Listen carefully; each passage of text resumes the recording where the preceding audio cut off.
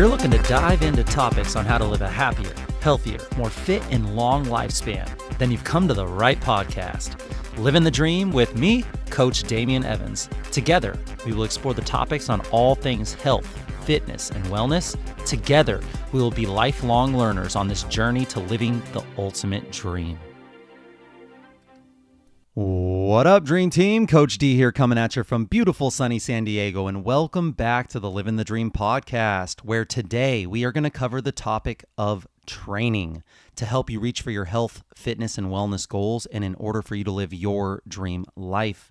Now, today's episode might shake some of our foundations because we're diving into something almost no one talks about, but it might be the single most misunderstood and misused variable in your training. And I'm talking about rest. That's right, rest periods. No, I'm not talking about sleeping at night or taking a rest day. I'm literally talking about those 30 seconds, those 60 seconds, those 2 minutes, the space between your sets, your exercises.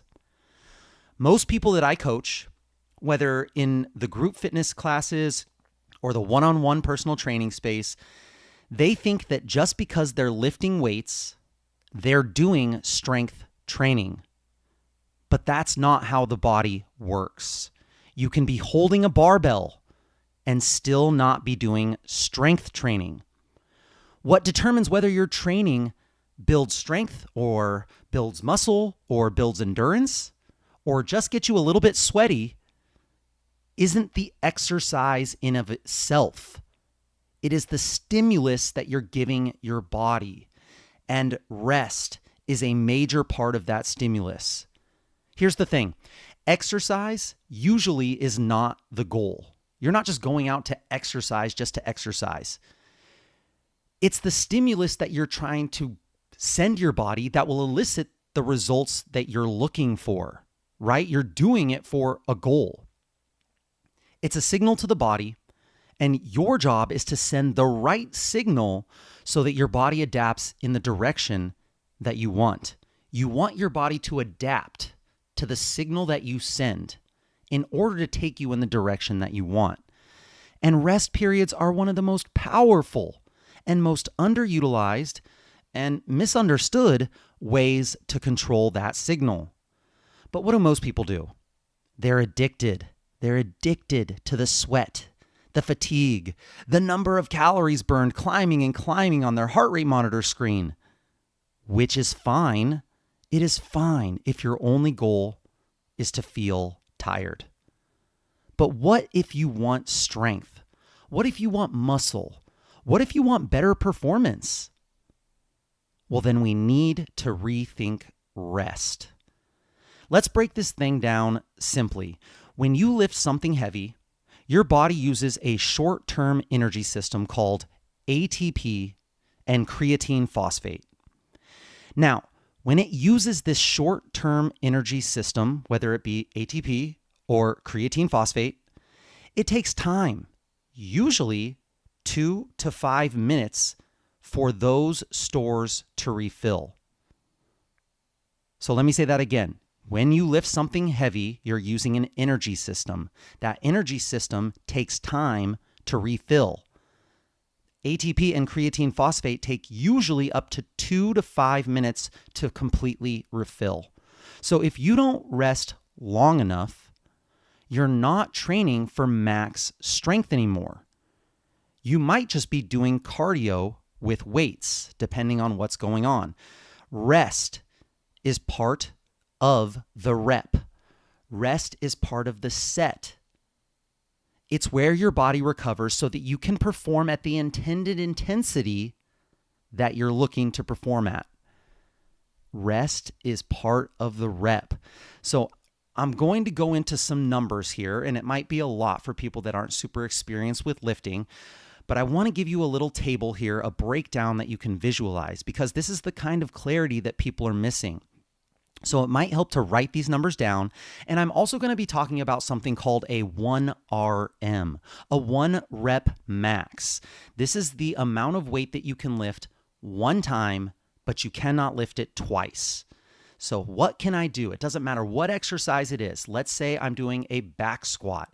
If I can back squat 150 pounds and I can drop into my squat and stand up, but I can only do it once, I cannot do it twice. When I go down, I can't get back up on that second one. I'm going to talk about a 1RM, and there's some calculators online that you can go to. If you go to Google and you type in 1RM calculator, it's a very rough estimate, but it's kind of cool. You can type in like, oh, today I did chest press. I failed on the 10th rep and I lifted 30-pound weights. And it'll tell you what your estimated 1RM is. So for big compound lifts, this is usually something that it's really nice to look and find every once in a while, maybe like once, twice, 3 times a year, you can test your maximum strength. At the gym that I work at Sweat Circuit in Del Mar, we are currently going through a benchmark assessment. It's the 3rd one of the year. We tested in January and then again in May, and now we're doing it again here in September.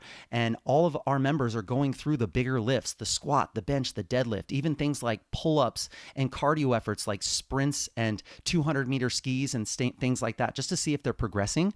So this is a really cool thing that people can do, is to find their 1RM or their 3RM or their 5RM, and then you can put it into a calculator and estimate what your 1RM is. So I'm going to talk about 3 different categories here of goals, and then I'm going to talk about how much weight you should use. I'm going to talk about how many reps you should be doing and what your rest periods should look like, and then also what the focus of that goal is. So let's start with your maximum strength goal. If you want to just get as strong as possible, you are looking to use weight anywhere between 85 and 100% of your 1RM. So if I can lift 100 pounds, I'm looking to use, for maximum strength, I'm going to do that exercise with 85 to 100 pounds, 85 to 100% of my 1RM. How many times am I going to lift that weight? Well, the goal is a lower rep range. It's a super heavy weight, right? So I want to lift it in a lower rep range. I'm only going to be able to squeeze out maybe 1 to 5 reps. Now, I'm going to do multiple sets of that. I'm not going to just do one set. But how long do I wait before I do another set? Well, in the group fitness setting, we do a back squat, there's a 40-second rest, and then the next set starts. So I have to do it with only 40 seconds of rest, right? Well, what about those energy stores? What about those energy stores that have not replenished yet? If I'm going from one thing to the next with no rest and then going back to my big lift, I have not given my body the amount of time it needs for me to give the amount of intensity that I need to lift that heavy load. So you actually need anywhere between 2 and 5 minutes of rest between your first and your second set when it comes to this maximal strength goal. That's a long time.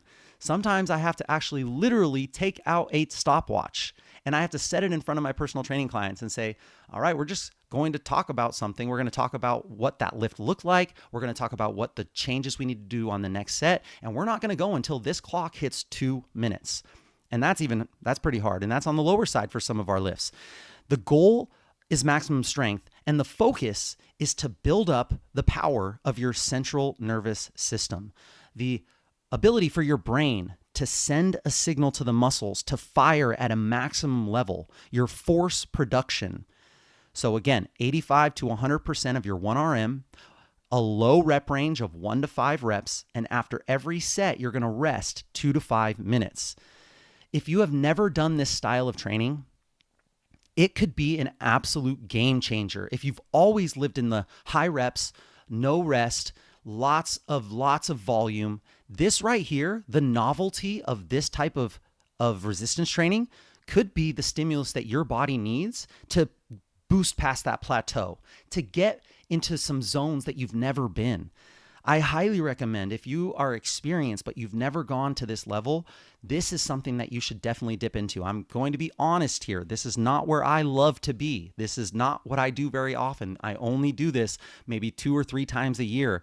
I should probably do it more, but this is a great, great goal, maximum strength. The next goal, let's move on to the next category. The next category is something called muscle hypertrophy. It's just building muscle. So if your goal is to look toned, if you want to put muscle on for longevity, this is what you're looking to do. The load, you're going to be lifting weight anywhere between 65 and 80% of your 1RM. So if I can lift something 100 pounds one time, then I'm only going to use about 65 to 80 pounds, and I'm going to do my set with that weight. How many reps am I going to do? Well, I'm not going to be down in the low rep range of 1 to 5. It's just going to be a little bit more than that. 6 to 12, 6 to 15 range, really good range for hypertrophy here. I love to stick right in the 8 to 12 rep range. That is like my sweet spot. But the more that you do something, the more your body adapts to it and the less benefits you see, and it starts to get diminishing returns as you get really experienced with it. So muscle gain, hypertrophy, 65 to 80% of your 1RM, you're going to lift that 6 to 12 times. That means that on the 12th rep, you are getting close to technical form failure. Your form is starting to break down around rep 10, 11, 12, somewhere in there. Now, if you just grab 5 pounds and you lift it 12 times and you stop, is that hypertrophy training? No, the rep range is not a suggestion as to when to start and stop. The rep range is literally saying this is the amount of times you can lift that weight with good form before your form starts to break down. You might be able to squeeze out a couple of cheat reps or a couple of really sloppy reps, but if your form stays good within 6 to 12 and those last couple reps are starting to slow down, you're trying to move the weight faster and it's just not moving any faster, you know you've hit the sweet spot for muscle hypertrophy. Now, how long do we rest between each set? I lift something 6 to 12 times. I've hit close to failure. How long do I rest? Well, if maximum strength was up at 2 to 5 minutes, this is going to be a little less rest than that. They say that if you can rest anywhere between 30 and 90 seconds, you'll be pretty good with muscle hypertrophy. 30 is on the very low side. 90 is in kind of the sweet spot. I love the 60 to 90 seconds when I'm doing this style of training. With this hypertrophy goal, the focus is really time under tension and fatiguing the muscle. You're trying to put a muscle at a disadvantage and you're trying to eke out as much tension on that muscle as you can before you fail with your form. So we have maximal strength, 1 to 5 reps, 2 to 5 minutes of rest, low reps, high rest. You rest for a long time. I've literally seen people in the gym do a set of squats and then sit there for 10 minutes looking at their phone. That might not be the best example because a lot of people do that, but they've lifted this heavy weight 1 or 2 times and now they need to completely recover. Muscle hypertrophy, you're resting about 30 to 90 seconds. You're looking for time under tension. The last goal here is where I feel like most group fitness people live. This is where a lot of people that love the sweat, love the burn, this is where they live, and it's a very great goal. But the more you do it, the less benefits you receive from it, and you become a pretty one-dimensional style of trainer. And when you can kind of get out of your comfort zone and you can go into those novel zones that you don't often go, or maybe you've never gone, that's where most of your progress is. That's where most of your benefits lie. Your body loves novelty, so trying to do things that you haven't done really is a good way to get into that novel zone. The last goal here I'm going to talk about is muscle endurance. Muscle endurance. If I'm going to pick a weight for muscle endurance, it's only going to be about 40 to 60% of what I can do a 1 rep max with. So if I can lift 100 pounds of something, I'm only doing 40 to 60 pounds of that. How many times am I going to lift it? Well, we have maximum strength being 1 to 5. We have hypertrophy being 6 to 12-ish range. Muscle endurance is 12 to 20 or anything above, all the way up to, like they say, you can still get muscle building benefits up to like 25 and 30 reps, depending on if you get close to failure. So we got a low weight, we got a high rep count. What's the rest period on that if you're looking for muscle endurance? Muscle endurance only takes about 30 to 45 seconds of rest. So this is where the group fitness circuit training really shines, is muscle endurance. It's a really great thing to have. I feel like a lot of hybrid athletes, people that are good at a lot of things, are good at this. And I really support it. But it just depends on what is your goal. If your goal is to get stronger, but you're over here doing these muscle endurance moves, then you're sending conflicting signals and you're not stimulating your body the way that you're looking to stimulate it. So what you are focusing on with muscle endurance is you're working on your stamina, you're working on your ability to be at a high intensity, and your capacity can be a little bit higher. You're also working on calorie burn. You're working on local fatigue, fatiguing a muscle and still being able to utilize it in a way that can perform. Really, really cool zone to be in. But I feel like a lot of times it's overutilized, especially in the non-experienced lifters and in the group fitness setting. So when you're taking a group fitness class and your goal is, I want to get stronger at this lift, your goal should be, even if you have to kind of deviate away from the game plan, obviously if you're not distracting what's going on in the class, but you might want to just skip one of those accessory moves. If you're doing a back squat and you're going for a 3-rep max or a 1-rep max, maybe it's okay to skip the next exercise in order to come back to that back squat with 2 to 5 minutes of rest in order to go for another set. So I know that that's kind of like a lot of numbers and a lot of zones and percentages and all that stuff. I just think it's really important because it's a lot of times people are missing this clarity. They think that working harder is going to get them to their goal faster.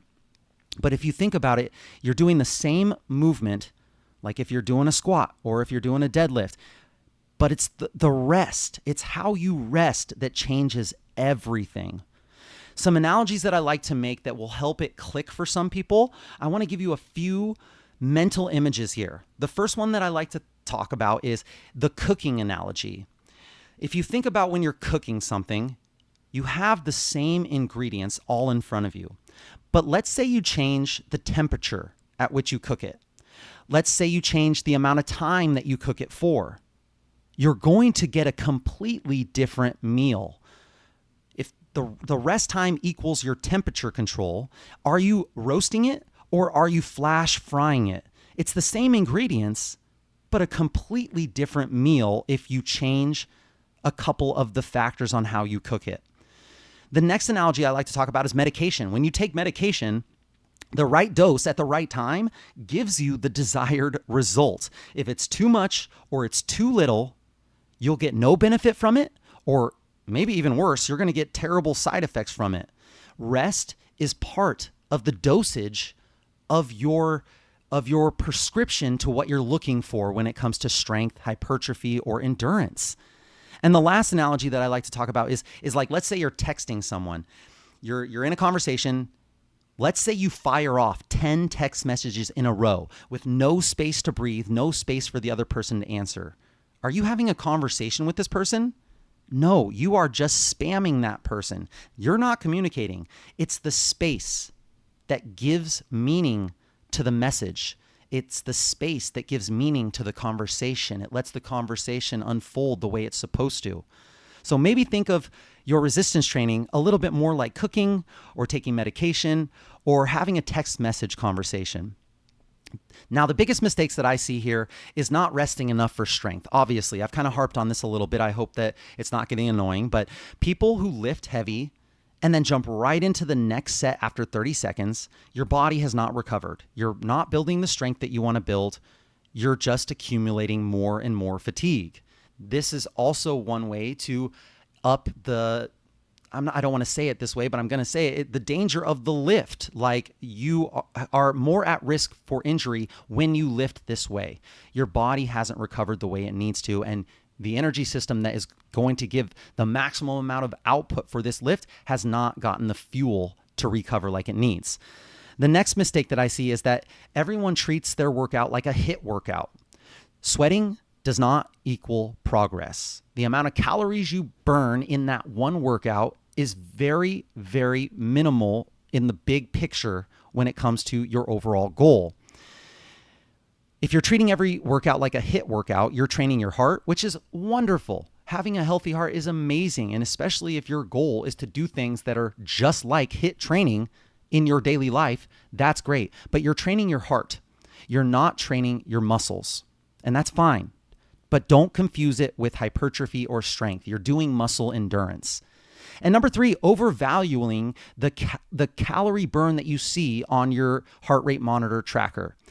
If you're chasing calories, burned in that session, you are playing the short game. You have short-sightedness. True change comes from muscle mass, helping you build your metabolism and the amount of calories that you burn at rest, creating this muscular machine that can do the work for you instead of having to physically do it day in and day out, and your body adapts to it, so you have to do more and more and more. True change comes from muscle mass, metabolism, recovery, and performance over time. So let's make this real life. Here's what we can start doing today. Actionable strategies. Number 1, match your rest periods to your goal. What is it? Let's go over it again. Strength, 2 to 5 minutes. Muscle, 45 to 90 seconds. And endurance, go shorter, but you have to use lighter loads.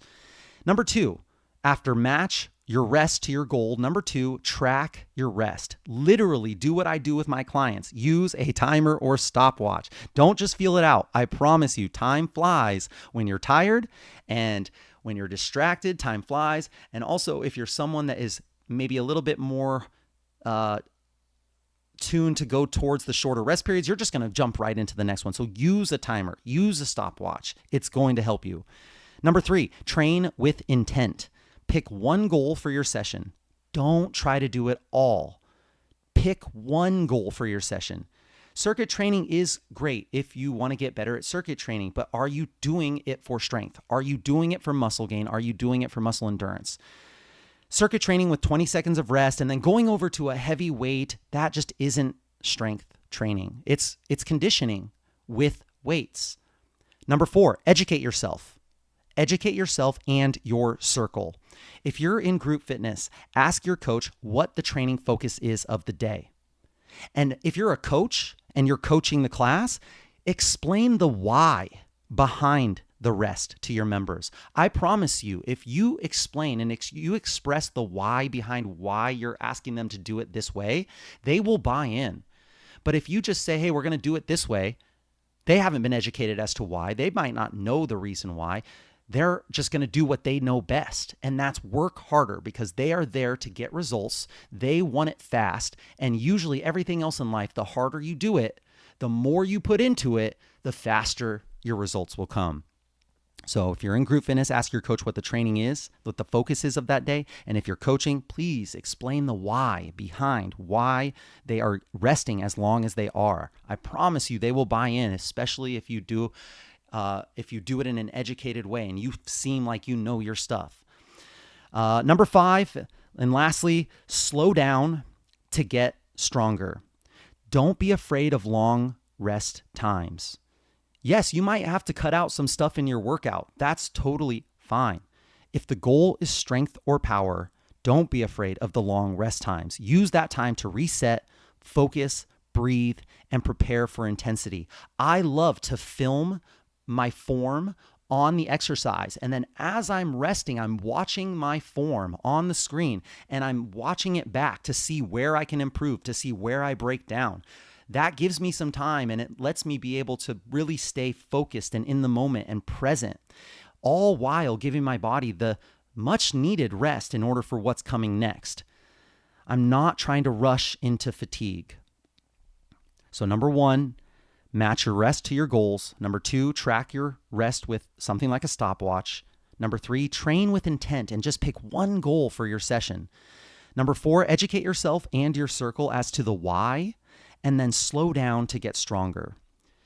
Here's what I want you to take away from this episode today. Your results, they're going to come from your stimulus. They are not going to come from your sweat or your soreness.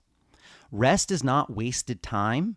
It is a tool. It's a lever, and it's a signal to your nervous system to know exactly what to do. And just like food, just like light, just like breath, the dose makes the difference. So don't just train hard, train smart, because that's how we live our dream. We live it healthier, stronger, and with purpose. And if this episode flipped a switch for you, if you're starting to realize that there's more to training than just showing up and moving, then keep tuning in because we're going to keep talking about it here on Training Tuesday. This is the Livin the Dream podcast, where we're not just chasing workouts. We're building happier, healthier, more fit humans, one rep at a time, one breath at a time, and oh yeah, one rest period at a time. I'll catch you next week, Dream Team. Keep living, keep learning, and as always, train with intent. And that's it, my friends. Thank you so much for joining me on this Training Tuesday episode of the Livin the Dream podcast. Please share the knowledge that you gain with your friends and family and hold each other accountable.